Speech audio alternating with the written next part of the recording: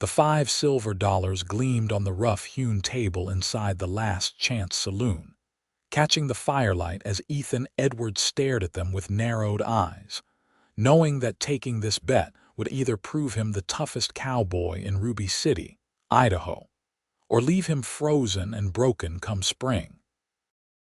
The winter of 1884 was already promising to be brutal, with early November snow dusting the Awahi Mountains, and his fellow ranch hands were grinning like wolves as they waited for his answer. "What's the matter, Edwards?" Jake Morrison drawled, leaning back in his chair until it creaked. "Thought you were the best horseman, the best shot, and the toughest son of a gun in these parts. Can't handle a little solitude?" Ethan's jaw tightened as he met Jake's challenging gaze. At 26 years old, he had spent the better part of a decade proving himself on cattle drives, in saloon brawls, and under the unforgiving sun of the Idaho Territory. His reputation as a skilled cowboy was hard-won, and he would be damned if he let these men see him back down now. "It is not about the solitude," Ethan said evenly, his deep voice cutting through the smoky air of the saloon. "It is about the stupidity of the wager. You want me to spend the entire winter alone in that abandoned line shack up near Jordan Creek, with nothing but what I can carry on my horse, just to prove a point." "That is exactly right," said Charlie Ross, another ranch hand who had been riding with Ethan for 3 years. "No coming into town for supplies, no visits from anyone. You stay up there from December 1st until March 1st, completely alone, and these silver dollars are yours. Plus, we each throw in another $5. That is $25 total." $25 was nearly 2 months' wages for a cowboy. Ethan could not deny the appeal of that kind of money, especially since he had been saving to buy his own piece of land. But 3 months alone in the mountains during an Idaho winter was no small feat. Men had died from less. "And if I do not make it?" Ethan asked, though he already knew the answer. "Then you admit that Jake here is the toughest cowboy in Ruby City, and you buy drinks for the whole crew for a month," Charlie said, grinning broadly. The saloon had grown quiet, with miners, shopkeepers, and other cowboys all listening to the exchange. Ethan felt the weight of their attention, felt the familiar stirring of pride that had gotten him into trouble more times than he could count. He thought about refusing, about walking away from this foolish bet and keeping his dignity intact. But then Jake laughed, a mocking sound that set Ethan's teeth on edge. "I knew it," Jake said. "All talk, no backbone. That did it." Ethan reached out and placed his calloused hand over the silver dollars, feeling their coolness against his palm. "You have got yourself a bet. I will be in that line shack from December 1st until March 1st, and when I come back down, every one of you will owe me an apology along with that money." The saloon erupted in cheers and shouts, men clapping Ethan on the back and calling for another round of whiskey. As the celebration swirled around him, Ethan felt a small flicker of doubt in his chest, quickly smothered by determination. He had survived worse than a lonely winter. He would prove it to all of them. The next 3 weeks passed in a blur of preparation. Ethan spent his days gathering supplies, working extra hours at the ranch to earn money for provisions, and studying the old line shack where he would spend the winter. The cabin was a rough structure about 12 miles northeast of Ruby City, built years ago to house cowboys during roundups in the high country. It had 4 walls, a roof that mostly kept out the rain, a stone fireplace, and not much else. Ethan rode up to inspect it in late November, leading a pack horse loaded with tools and supplies. The cabin sat in a small clearing surrounded by pine trees, with Jordan Creek gurgling nearby. The door hung crooked on its leather hinges, and several window panes were cracked, but the structure was sound. Ethan spent 2 days making repairs, chinching gaps in the walls with mud and moss, fixing the door, and cleaning out the accumulated debris of abandonment. He stocked the cabin methodically. Flour, cornmeal, dried beans, salt pork, coffee, sugar, and a precious jar of molasses.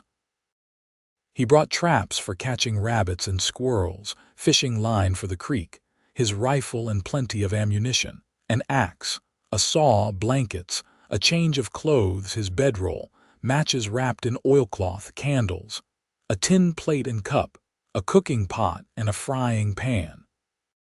He gathered firewood until his back ached, stacking it under the narrow overhang on the cabin's south side. On the last day of November, Ethan rode into Ruby City one final time before his isolation began.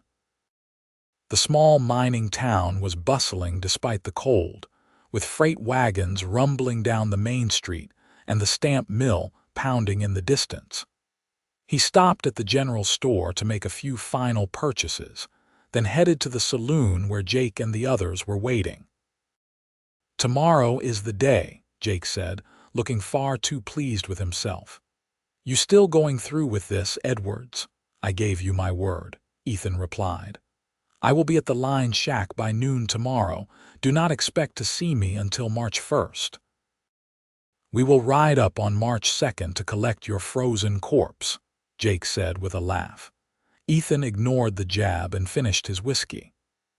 As he walked out of the saloon into the cold November evening, he caught sight of a woman standing outside the dressmaker's shop across the street. She was wrapped in a heavy shawl, her breath misting in the frigid air, and even from a distance, Ethan could see she was beautifully curved with dark hair pinned up beneath a simple bonnet. She glanced his way, and for a moment their eyes met. Then she turned and disappeared into the shop. Ethan shook his head, pushing the brief encounter from his mind. He had no time for women, not with the challenge that lay ahead. He mounted his horse and rode out of town, heading back to the ranch for one last night in the bunkhouse. December 1st dawned clear and bitterly cold. Frost coated every surface, turning the world into a crystalline wonderland that sparkled in the weak winter sun. Ethan loaded his horses, said goodbye to the ranch foreman, and began the long ride up into the mountains. By early afternoon, he reached the line shack. He unloaded his supplies, turned his horses loose in the small corral he had repaired, and stood in the doorway looking back toward Ruby City. The town was invisible from this distance, hidden behind ridges and forests. For the next 3 months, Ethan would be completely alone. The realization settled over him like a heavy blanket, but he squared his shoulders and got to work. There was firewood to bring in, water to fetch from the creek, and a meal to prepare before darkness fell. The first week passed slowly. Ethan established a routine. Wake at dawn, start the fire, make coffee and breakfast, check his traps, tend the horses, gather firewood, fish if the creek had not frozen, prepare dinner, and sit by the fire in the evening before going to sleep. The silence was profound, broken only by the crackling of flames, the whisper of wind through the pines, and the occasional call of a winter bird. Ethan found himself talking to his horse, a sturdy bay gelding named Ranger, just to hear a voice, even if it was his own. He read the single book he had brought, a battered copy of Shakespeare's plays, until he had memorized entire passages. He carved small figures from pine wood, played solitaire with a worn deck of cards, and thought far too much about his life. By the middle of December, the snow began to fall in earnest. It came down in thick, heavy flakes that piled up quickly, covering the clearing in a pristine white blanket. Ethan woke one morning to find the snow halfway up the cabin door. He had to shovel a path to the woodpile, to the corral, and to the creek. The cold was intense, seeping through the cabin walls despite the fire he kept burning constantly. Christmas came and went without acknowledgement. Ethan marked the day in his mind but did nothing special to celebrate. What was there to celebrate alone in a frozen cabin? He ate his usual meal of beans and salt pork, drank his coffee, and tried not to think about the ranch house where the crew would be enjoying a feast prepared by the cook. January arrived with a blizzard that lasted 3 days. Ethan huddled inside the cabin, feeding the fire and listening to the wind howl like a living thing. Snow piled against the walls until the cabin felt buried alive.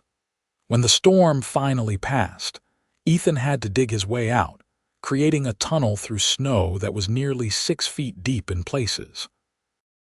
The isolation was beginning to wear on him. He caught himself having full conversations with people who were not there, arguing with Jake in his mind, telling stories to an invisible audience. He knew he was starting to crack around the edges, but he refused to give in. He had made it this far. He would see it through. It was on a bitter cold afternoon in late January, with the temperature well below freezing and the wind cutting like a knife, that Ethan heard something that made him question his sanity. Someone was knocking on his door. He froze, his coffee cup halfway to his lips. The sound came again. A definite knock, weak but unmistakable. Ethan set down his cup and grabbed his rifle, moving cautiously to the door. It could be one of the ranch hands checking on him, which would mean he lost the bet. Or it could be something more dangerous, a drifter or worse. "Who is there?" he called out. "Please," came a woman's voice, thin and desperate. "Please help me. I am freezing." Ethan yanked open the door and a figure collapsed across the threshold. It was a woman, her clothes crusted with ice, her lips blue with cold. Snow clung to her dark hair, and she was shaking so violently he thought she might break apart. Without thinking, Ethan dropped his rifle and gathered her into his arms, kicking the door shut behind him. He carried her to the chair nearest the fire and began stripping off her frozen outer garments. Her coat was thin and inadequate for the Idaho winter, her dress beneath it soaked through. She was barely conscious, her eyes fluttering as she tried to speak. "Do not try to talk," Ethan said, his voice rough from weeks of disuse. "I need to get you warm." He worked quickly, removing her wet clothes with as much modesty as the situation allowed, wrapping her in his spare blankets and his own coat. Her skin was like ice beneath his hands, and he feared he might be too late. He had seen frostbite and hypothermia before, knew how quickly they could kill. Ethan heated water in his cooking pot and made her drink warm liquid, just small sips at first. He chafed her hands and feet, trying to restore circulation. Slowly, agonizingly slowly, color began to return to her face. Her shaking gradually subsided and her breathing became less labored. As she warmed, Ethan got his first good look at her. She was the woman he had seen outside the dressmaker's shop in Ruby City. He was certain of it. She had a heart-shaped face with full lips, dark eyes that were currently glazed with exhaustion, and that glorious dark hair now hanging in damp tangles around her shoulders. Her figure was generously curved, the kind of womanly shape that would turn heads in any town. She was perhaps 22 or 23 years old, and she was absolutely beautiful. "Thank you," she whispered, her voice hoarse. "I thought I was going to die. What in God's name are you doing up here in the middle of winter?" Ethan asked, sitting back on his heels and studying her with concern and confusion. "I was trying to reach Silver City," she said, tears forming in her eyes. "My stagecoach broke a wheel about 5 miles from here." The driver and the other passenger went for help, but they told me to stay with the coach. I waited for 2 days, but no one came back. I ran out of food and it was so cold. I remembered seeing smoke from a chimney when we were passing through, so I walked until I found this place. Ethan's jaw clenched. "They left you alone, in this weather." The driver said they would be back quickly, but the snow kept falling and I think they must have gotten lost or—" She did not finish the sentence, but the implication hung in the air. "You are lucky to be alive," Ethan said. "Another hour in that cold and you would not have made it." "I know," she said, meeting his eyes. "You saved my life." An awkward silence fell between them. Ethan stood and moved to the fire, adding another log. His mind was racing. He had a woman in his cabin. That meant his bet was off. The crew would never believe he had stayed alone for 3 months if a woman showed up. But more pressingly, what was he going to do with her? "What is your name?" he asked, not looking at her. "Marianne Lewis," she said. "And you are Ethan Edwards." "Thank you, Mr. Edwards." "I owe you my life." Ethan finally turned to face her. "You can call me Ethan, and you do not owe me anything. Any decent man would have done the same." Marianne wrapped the blankets more tightly around herself, and Ethan noticed she was blushing. "I apologize for my state of undress. This is highly improper." "You were dying," Ethan said bluntly. "Propriety did not enter into it. Your clothes are drying by the fire. Once they are ready, you can put them back on."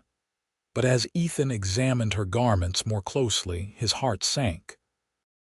They were not suitable for the weather, and they would take hours to dry in the cabin's damp air.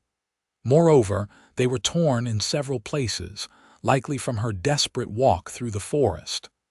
"I am afraid your clothes are in poor condition," he said carefully.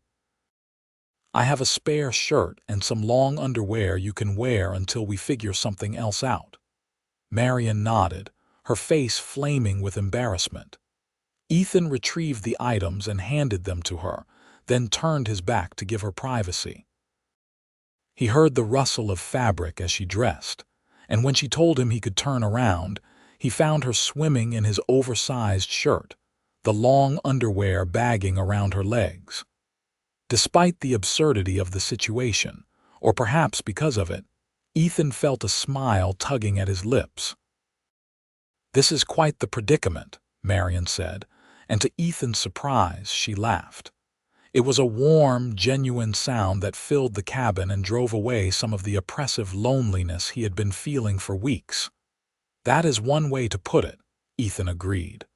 "Why are you up here all alone anyway?" Marianne asked, settling back into the chair. "No offense, but this does not seem like the ideal place to spend the winter." Ethan sighed and began preparing dinner, adding extra portions now that he had a guest. As he worked, he told her about the bet, about Jake's mockery, about his pride and his determination to prove himself. When he finished, Marianne was shaking her head.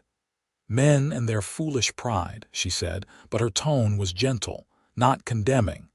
"So my arrival means you lose the bet." "I suppose it does," Ethan said, "but I am not sorry you came.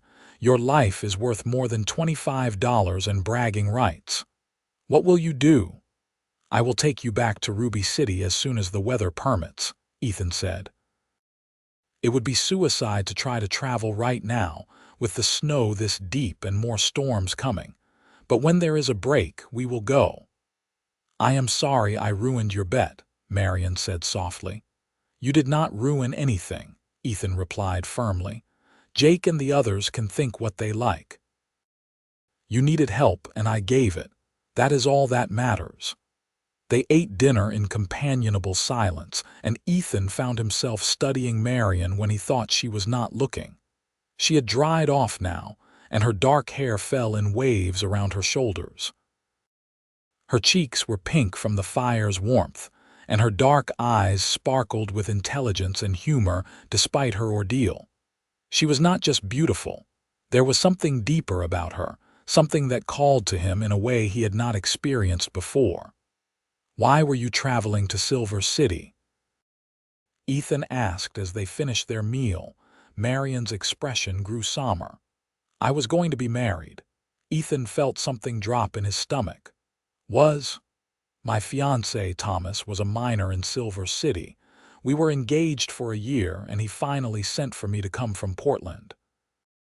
But 3 weeks ago, I received a telegram saying he died in a mine collapse." Her voice was steady, but Ethan could hear the pain beneath it.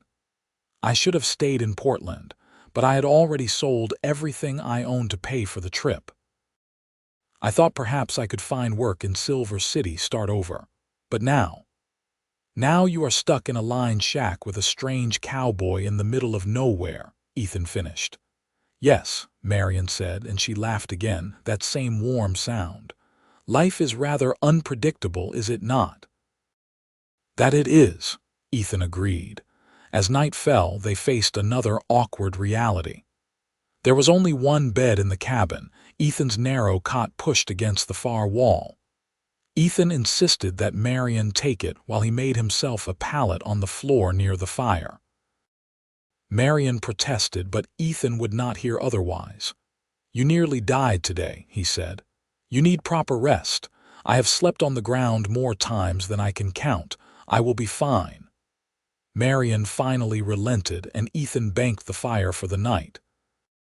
As he lay on his bedroll, staring at the cabin's rough ceiling, he listened to Marianne's soft breathing and tried to ignore the fact that having her here felt surprisingly right. He told himself it was just the loneliness talking, the weeks of isolation making him vulnerable to any human companionship. But deep down, he knew it was more than that. The next morning, Ethan woke to find Marianne already up and attempting to make coffee. She had figured out his system fairly well, and soon they were sitting together at the small table, warming their hands on tin cups. "I am not used to being idle," Marianne explained. "I need to do something to help." "You are recovering," Ethan said. "You should rest." "I am fine," Marianne insisted. "A bit sore, but fine. Please let me help. I can cook, clean, mend clothes. I cannot just sit here while you do everything." Ethan considered this. The truth was, he could use the help, and he suspected Marianne was the kind of woman who would go mad with boredom if she had nothing to do. "All right," he said, "but if you feel tired or unwell, you tell me immediately." They settled into a routine over the next few days. Ethan tended to the horses, gathered firewood, and checked his traps. Marianne took over most of the cooking, which was a blessing because she was far better at it than he was. She also mended his clothes, which had become ragged from weeks of hard use, and she organized the cabin in ways that made it feel more like a home and less like a temporary shelter. More importantly, they talked. Ethan had not realized how starved he was for conversation until Marianne arrived. She told him about growing up in Portland, the daughter of a shopkeeper who died when she was 18, leaving her to fend for herself. She had worked as a seamstress, saving every penny for her future with Thomas. She spoke of him with sadness but not overwhelming grief, and Ethan got the impression the engagement had been more practical than passionate. "I cared for Thomas," Marianne said one evening as they sat by the fire. "But I am not sure I loved him, not the way I thought I would love the man I married. Is that terrible of me to say?" "No," Ethan said. "It is honest." "What about you?" Marianne asked. "Have you ever been in love?" Ethan was quiet for a moment, weighing his answer. "No," he finally said. "I have spent most of my life drifting from ranch to ranch, town to town. Never stayed in one place long enough to put down roots." "Why not?" "My parents died when I was 16, Ethan said, the old pain still present but dulled with time. Cholera epidemic swept through our town in Kansas. I was working on a neighbor's farm when it happened. By the time I got home, they were already gone. I buried them myself, sold the farm to pay their debts, and headed west. Been moving ever since." Marianne reached out and placed her hand over his. The touch was gentle, comforting, and it sent a jolt of electricity through Ethan's entire body. "I am sorry," she said. "That must have been horrible." "It was a long time ago," Ethan said, though he did not pull his hand away. They sat like that for several minutes, hands touching, the fire crackling between them. Ethan felt something shifting inside him, some long, frozen part of his heart beginning to thaw. He had spent so many years alone, convinced that solitude was strength, that needing others was weakness. But sitting here with Marianne, he realized how wrong he had been. As the days passed, Ethan found himself looking forward to every moment with Marianne. He loved the way she hummed while she cooked, the way she laughed at his terrible jokes, the way she was not afraid to challenge him when she disagreed with something he said. She was smart, capable, and kind, with a strength that had allowed her to survive her ordeal and face her uncertain future with courage. Marianne, for her part, found herself drawn to Ethan in ways that surprised and frightened her. He was handsome, with his dark hair, strong jaw, and piercing blue eyes, but it was more than that. He was gentle despite his rough exterior, thoughtful despite his limited education, and honorable in a way that seemed rare in her experience. She caught herself watching him as he worked, admiring the way his muscles moved beneath his shirt, the way he handled the horses with such care, the way he always made sure she had the warmest spot by the fire. One afternoon in early February, Ethan returned from checking his traps to find Marianne crying. She was sitting at the table, her face in her hands, her shoulders shaking with sobs. Alarmed, Ethan dropped the rabbits he had caught and hurried to her side. "What is wrong?" he asked, kneeling beside her chair. "Are you hurt?" "No," Marianne said, wiping at her tears. "I am sorry, I am being foolish." "Tell me," Ethan said gently. Marianne took a shaky breath. "I was just thinking about what happens when we go back to Ruby City. I have no money, no prospects, nowhere to go. I will be a woman alone in a mining town, and we both know what that means." Ethan's jaw tightened. He knew exactly what that meant. A woman alone in a place like Ruby City had few respectable options, and many ended up in saloons or worse.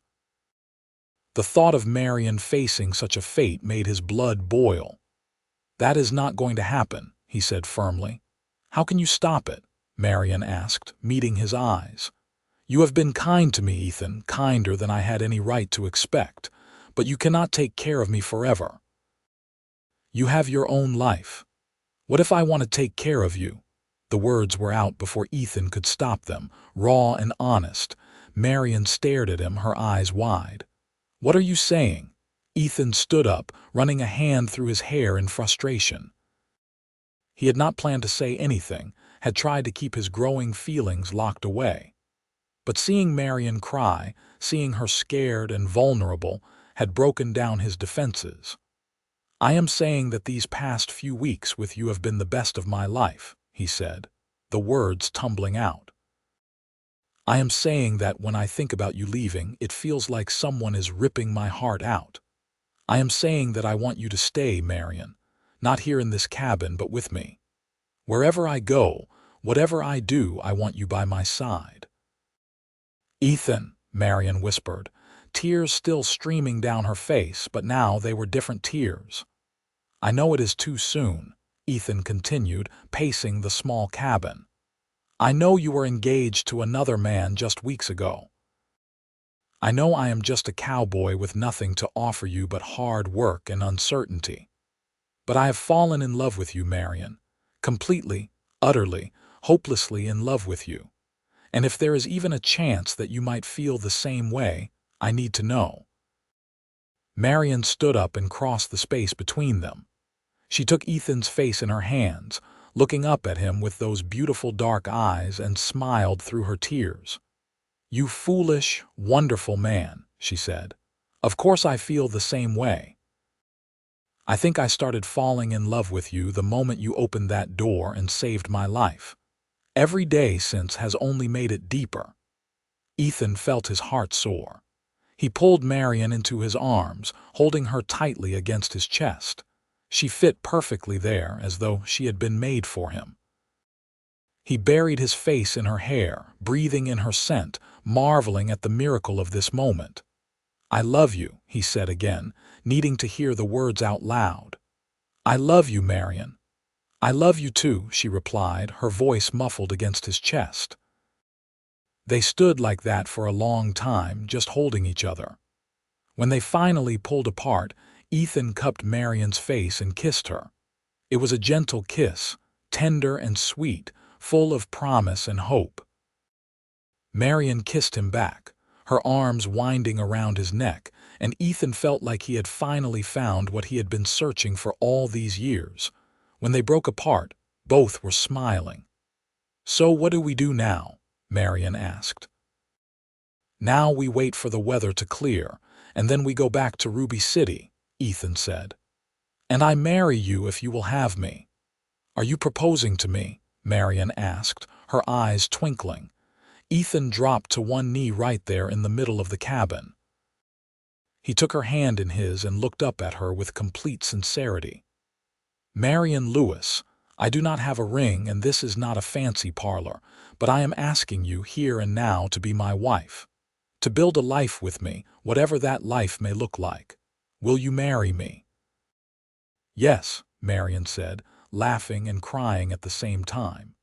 "Yes, yes, 1,000 times yes." Ethan stood and swept her up in his arms, spinning her around the cabin. Their laughter filled the small space, driving away the cold and the isolation. When Ethan set her down, they kissed again, longer and deeper this time, sealing their commitment to each other. The next few weeks were the happiest either of them had ever known. They were still trapped by the weather, still living in close quarters with minimal supplies, but none of that mattered. They were together, and they were in love, and that made everything else bearable. They made plans for their future. Ethan told Marianne about his dream of owning his own ranch, a small spread where he could raise horses and cattle. Marianne talked about wanting a real home, a place where she could plant a garden and raise children. They both agreed that they wanted to stay near Ruby City at least for a while to establish themselves before moving on. "I will need to find work," Ethan said one evening. "I lost the bet, so I will not be getting that money, but I still have my savings and I am a good cowboy." "Someone will hire me. I can work too," Marianne said. "I am an excellent seamstress. Perhaps I can take in mending and sewing." "We will make it work," Ethan said confidently. "Together we can do anything." In late February, the weather finally broke. A warm wind blew in from the south, melting some of the snow and clearing the skies. Ethan knew this was their chance. He spent a day preparing for the journey, loading supplies on his horse, making sure Marianne had warm clothes and good boots. On the morning of February 28th, they closed up the cabin and began the long ride back to Ruby City. Marianne rode behind Ethan on Ranger, her arms wrapped around his waist, her cheek pressed against his back. The journey took most of the day, with frequent stops to rest the horses and warm themselves. As they crested the final ridge and saw Ruby City spread out below them, Ethan felt a mixture of emotions. He was returning earlier than planned, which meant he had lost the bet. But he was bringing back something far more valuable than $25. He was bringing back the woman he loved. They rode into town as the sun was setting, casting long shadows across the muddy Main Street. People stopped and stared as they passed, clearly surprised to see Ethan back early, and with a woman no less. Ethan ignored their looks and headed straight for the boarding house run by Mrs. Harriet Cooper, a respectable widow who rented rooms to travelers. "I need a room for the lady," Ethan told Mrs. Cooper, who was eyeing Marianne with curiosity. "She will be staying until we can make other arrangements." "And what arrangements would those be?" Mrs. Cooper asked bluntly. "We are getting married," Marianne said, lifting her chin defiantly. "As soon as possible." Mrs. Cooper's stern expression softened. "Well then, congratulations to you both. I have a nice room on the second floor, clean sheets, a good bed, and meals included." They settled Marianne in her room, and Ethan promised to return first thing in the morning. He kissed her goodbye, proper and chaste in front of Mrs. Cooper, though his eyes promised more for their future. Then he headed to the ranch to face the consequences of his failed bet. The crew was in the bunkhouse when Ethan arrived. Jake looked up from his card game and his jaw dropped. "Edwards, what are you doing back? You still have 2 more days." "I left early," Ethan said simply. "There was an emergency." "An emergency," Jake repeated, then his face split into a triumphant grin. "You could not hack it, could you, the great Ethan Edwards, beaten by a little cold and solitude?" "I had a visitor," Ethan said. "A woman who was stranded and nearly froze to death. I brought her back to town." The bunkhouse erupted in disbelief and accusations. Charlie stood up, shaking his head. "Oh, that is convenient. A woman just happened to show up at your cabin." "You expect us to believe that? Believe what you want," Ethan said, his temper rising. "I know the truth, and so does she. I saved her life, and I am going to marry her. So if you want to crow about winning the bet, go ahead. I have something much more important now." Jake laughed harshly. "You lost, Edwards. That means you admit I am the toughest cowboy in Ruby City, and you owe us drinks for a month." "Fine," Ethan said. "I will buy your damn drinks, but you can take your opinion of who is toughest and shove it up your backside. I know what I did, and I know what I am worth. I do not need your validation." He turned and walked out before anyone could respond. His blood was boiling, but underneath the anger was a solid core of peace. He had lost the bet, but he had won something infinitely more valuable. Tomorrow he would start building a life with Marianne, and that was all that mattered. The next morning, Ethan went to the general store and bought a simple gold band with some of his savings. Then he headed to the boarding house, where Marianne was waiting for him. She had bathed and brushed her hair, and she was wearing a dress that Mrs. Cooper had lent her, a simple blue calico that brought out the warmth in her dark eyes. "You look beautiful," Ethan said, taking her hands. "Thank you," Marianne said, blushing. "Are you ready to do this?" "More ready than I have ever been for anything," Ethan replied. They walked to the small church at the edge of town, where Reverend Thomas Miller agreed to perform the ceremony.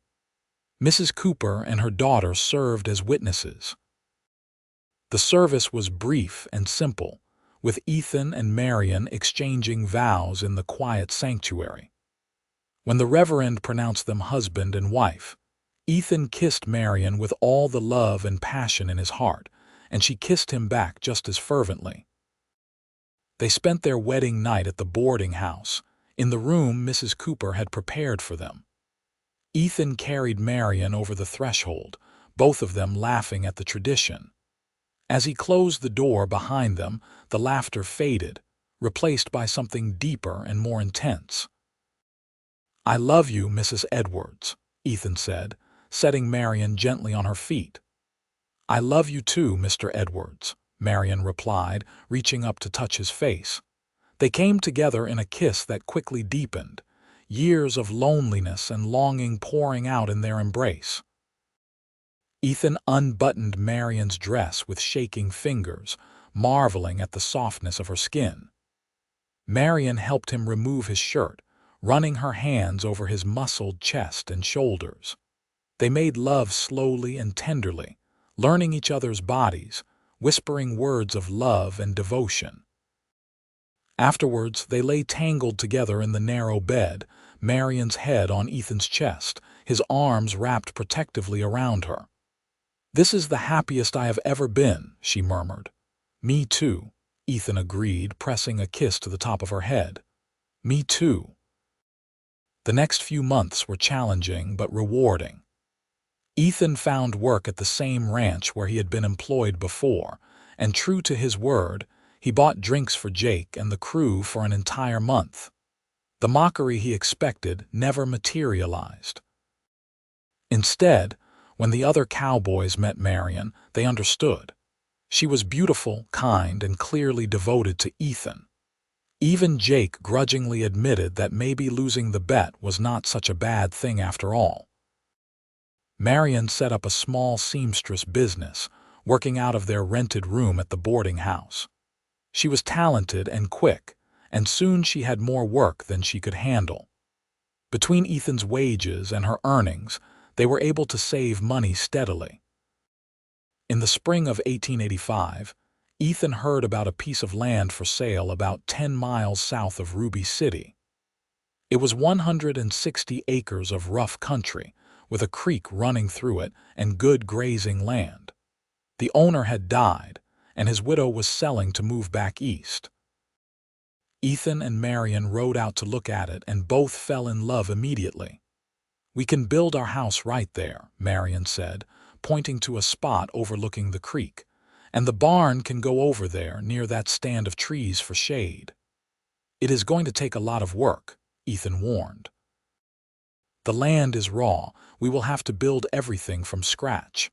"I am not afraid of work," Marianne said, taking his hand. "Are you?" Ethan grinned. "Not even a little bit."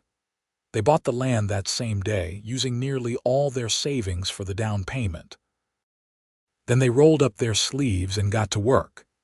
Ethan built a small cabin first, just 2 rooms to start, but solid and well made. Marianne helped him cut logs, haul stones for the fireplace, and chink the walls. Their neighbors, including some of the cowboys from the ranch, came to help with the barn raising. By summer, they had a functioning homestead. Ethan bought a small herd of cattle and some horses, using credit extended by a rancher who believed in his skills. Marianne planted a garden that flourished in the Idaho soil, producing vegetables they could eat fresh and preserve for winter. They worked from dawn until dark, but they were building something together, something that was truly theirs. In the fall of 1885, Marianne told Ethan she was pregnant. He was so overjoyed that he picked her up and spun her around, just like he had done the day she agreed to marry him.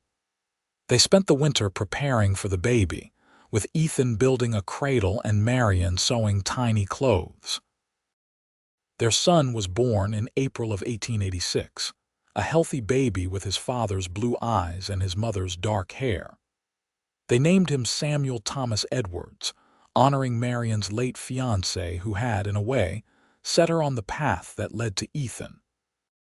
Little Samuel was a good baby, happy and healthy, and both Ethan and Marianne fell completely in love with him. Life on the ranch was not easy. There were droughts and storms, sick cattle and broken fences, injuries and setbacks. But through it all, Ethan and Marianne faced everything together, their love growing stronger with each challenge overcome. They built their herd slowly but steadily, gained a reputation for raising quality horses, and became respected members of the Ruby City community. In 1888, they had a daughter whom they named Grace. She had Marianne's curvy build even as a baby and Ethan's stubborn determination. 2 years later, another son arrived whom they named Henry. Their family was growing, their ranch was thriving, and their love was as strong as ever. On a cold January evening in 1891, Ethan and Marianne sat on the porch of their expanded house, watching their children play in the snow. Samuel was nearly 5 now, a serious boy who loved helping his father with the horses. Grace was 3, full of laughter and mischief. Henry was just beginning to walk, toddling around under his mother's watchful eye. "Do you ever think about that lined shack?" Marianne asked, leaning against Ethan's shoulder. "Sometimes," Ethan admitted. "I think about how lonely I was, how convinced I was that I did not need anyone. And then you knocked on that door and everything changed." "I thank God every day that I found you," Marianne said softly. "Even though I thought I was dying, even though I was terrified, it led me to you, to this life, to our children." "I used to think that being alone made me strong," Ethan said, wrapping his arm around his wife. "But I was wrong. You are my strength, Marianne. You and our children. You are everything I never knew I needed." Marianne looked up at him, her eyes shining with love. "You saved my life that day, Ethan, but you did more than that. You gave me a reason to live, a home, a family. You gave me love." Ethan kissed her, a sweet kiss full of the tenderness and passion that had sustained them through 7 years of marriage. "We saved each other," he said when they parted, "and I would do it all again in a heartbeat." As the years passed, the Edwards ranch continued to grow. Samuel grew into a fine young man who inherited his father's skill with horses and his mother's kind heart. Grace became a beautiful young woman, as curvy and lovely as her mother, with a sharp mind and an independent spirit. Henry was the adventurer of the family, always exploring, always curious about the world beyond their ranch. Ethan and Marianne grew older together, their hair turning gray, their faces lined with wrinkles earned through hard work and laughter. They added more children to their family, 2 more daughters and another son, filling their house with noise and love. Their ranch became one of the most successful in the area, known for quality livestock and honest dealings. In the spring of 1904, on their 20th wedding anniversary, Ethan took Marianne back to the line shack where they had met. It was abandoned again, slowly falling apart, but the structure still stood. They walked inside, hand in hand, remembering that desperate winter day when a knock on the door had changed both their lives forever. 20 years, Marianne marveled, looking around the small cabin. "It seems like a lifetime ago and like yesterday all at once." "It was the best day of my life," Ethan said. "The day you knocked on this door. I did not know it then, but I was waiting for you. I had been waiting for you my whole life." "And I was looking for you without knowing it," Marianne said. "Through all my struggles, all my fears, I was making my way to you." They stood in the center of the cabin, in the very spot where Ethan had first held Marianne's frozen body, where he had warmed her back to life with his fire and his care. Now they held each other again, but this time with 20 years of love and shared experiences between them. "I love you, Marianne Edwards," Ethan said. "More now than ever, and I did not think that was possible." "I love you too, Ethan Edwards," Marianne replied. "You are the best man I have ever known, and I am blessed to be your wife." They kissed in that old cabin, sealing their love once more, before walking back out into the sunshine of an Idaho spring. Their children were waiting for them at the ranch, along with grandchildren now, the next generation of Edwards who would carry on the legacy they had built together. Ethan and Marianne lived long, full lives, surrounded by family and love. They watched their children grow, marry, and have children of their own. They celebrated births and mourned losses, worked hard and played hard, and never took a single day together for granted. Their love story became legend in Ruby City, the tale of the cowboy who took a foolish bet and the woman who knocked on his door in the middle of winter, changing both their lives forever. When Ethan passed away in 1928 at the age of 70, Marianne held his hand and whispered the same words she had said on their wedding day. "I love you, forever and always."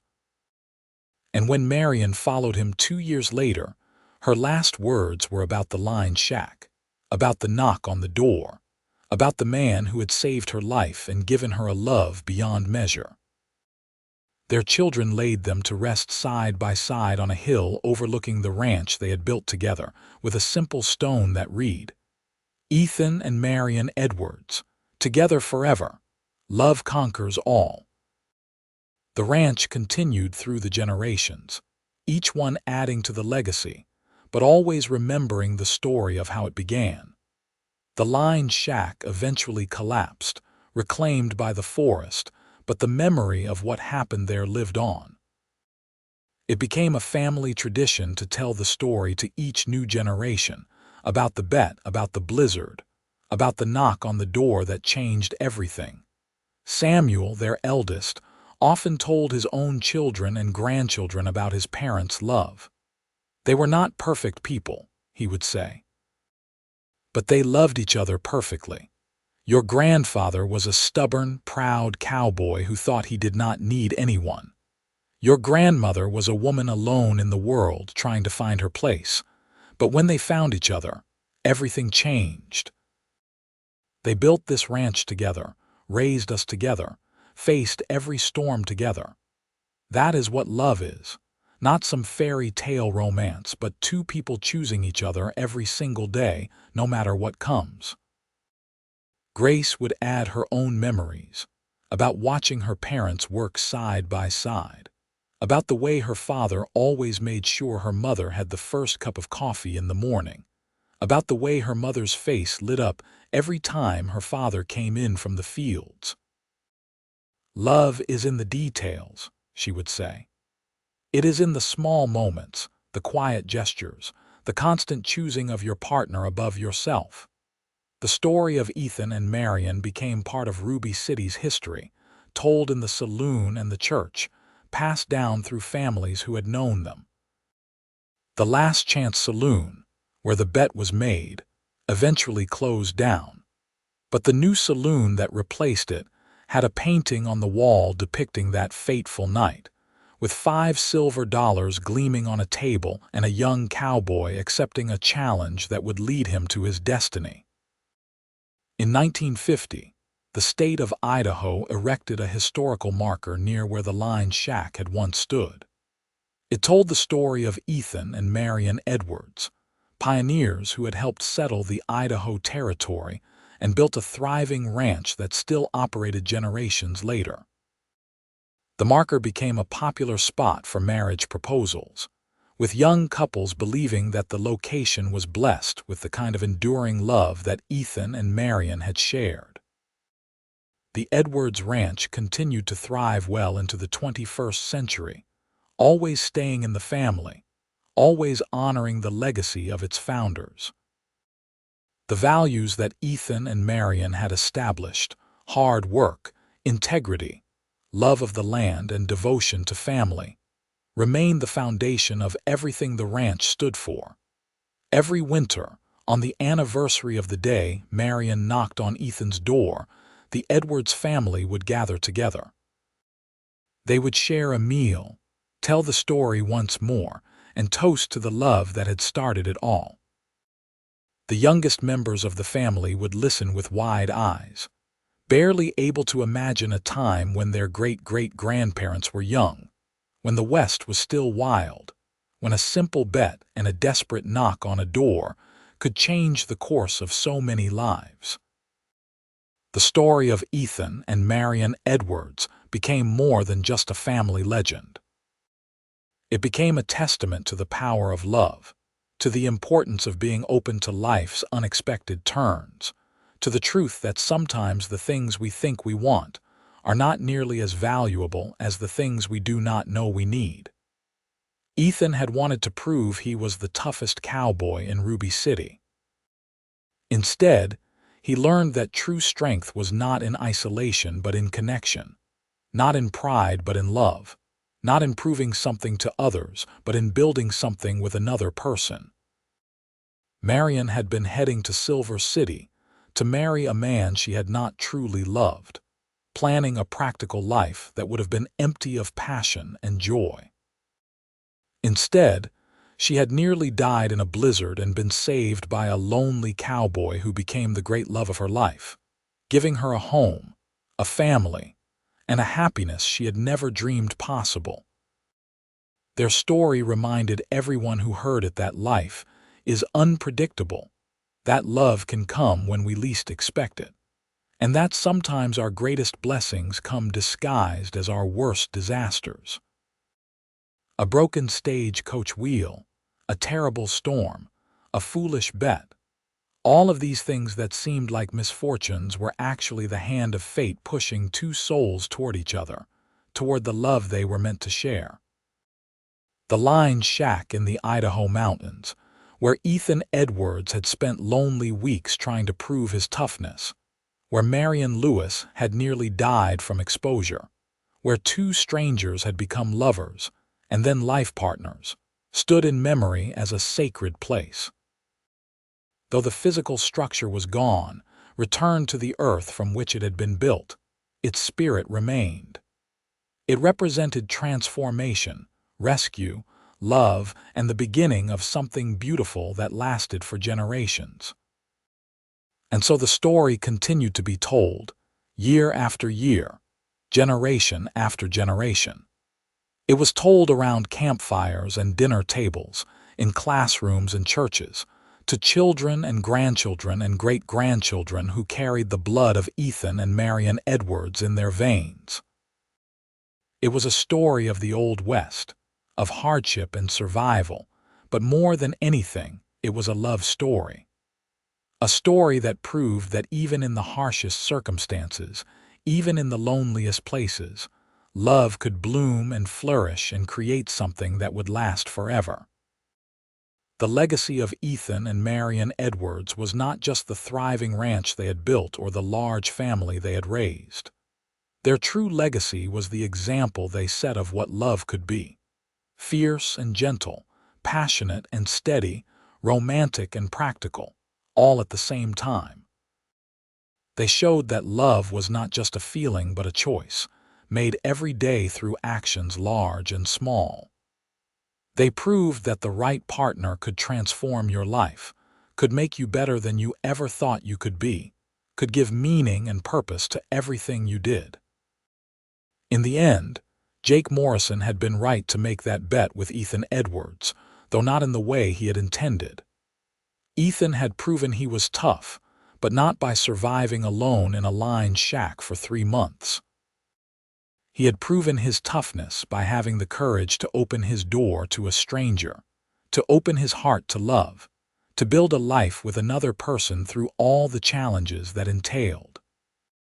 That took a strength that Jake could never understand, a strength that came not from pride but from humility, not from isolation but from connection.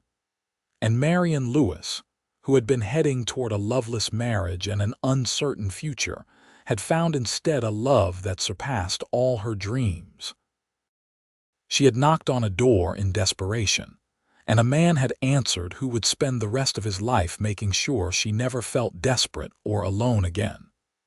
She had nearly died in the cold, and had been warmed back to life by hands that would hold hers for nearly half a century. Their story was simple in its essentials: a bet, a blizzard, a knock on the door. But within that simplicity was contained all the complexity and beauty of true love. It was a story that resonated across time and space, speaking to anyone who had ever felt alone, anyone who had ever needed rescue, anyone who had ever found their life transformed by meeting the right person at the right moment.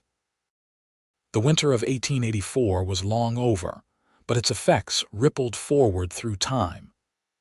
Every Edwards who came after Ethan and Marianne existed because of that winter, because of that bet, because of that knock on the door. Every acre of the ranch, every horse and cow, every building and fence, all of it traced back to that moment when Ethan opened the door and found Marianne collapsed on his threshold. One decision, made in an instant to help a stranger in need, had created an entire legacy. And perhaps that was the deepest truth of the story. We never know which moments will define our lives. We never know which decisions will change everything. Ethan could have ignored the knock, could have assumed it was just the wind or an animal. Marianne could have stayed with the stagecoach, could have died alone in the snow. But they both made the choices they made, and those choices led them to each other, led them to love, led them to a life rich with meaning and connection. The Edwards family continued to honor this truth, this lesson that their ancestors had learned in a lined shack in the Idaho mountains. They remained open to life's possibilities, generous with strangers, brave enough to take risks for love. They understood that the greatest treasures often came disguised as disasters. That strength meant being vulnerable enough to need others. that the best wagers were not made in saloons but in the quiet moments when you chose to let someone into your heart. So the story of Ethan and Marianne Edwards lived on, as vital and powerful decades later as it had been in the moment it happened. It lived on in the land they had tamed, in the family they had created, in the love they had shared. It lived on as a reminder that even in the harshest seasons, even in the most isolated places, love could find a way. All you had to do was open the door when someone knocked, open your heart when love called, and be brave enough to see where that journey led. And for Ethan and Marianne Edwards, that journey had led to everything, to a lifetime of love and partnership, to children and grandchildren and great-grandchildren, to a ranch that would endure for generations, to a story that would inspire countless others. They had started with nothing but a cold cabin and a desperate situation, but they had built an empire of love, and that empire would never fall. It would stand forever, a testament to the power of two people who found each other in the wilderness and chose to face the rest of their lives together. The bet that Ethan thought he had lost turned out to be the greatest win of his life. He may not have stayed alone in the line shack for 3 months, may not have earned those $25, may not have proven himself the toughest cowboy in Ruby City. But he had gained something infinitely more valuable. He had gained Marianne, and with her, he had gained love, family, purpose, and a happiness beyond measure. That was a prize worth more than all the silver dollars in the world, and Ethan spent the rest of his long life grateful for the day he lost that bet and won everything that truly mattered.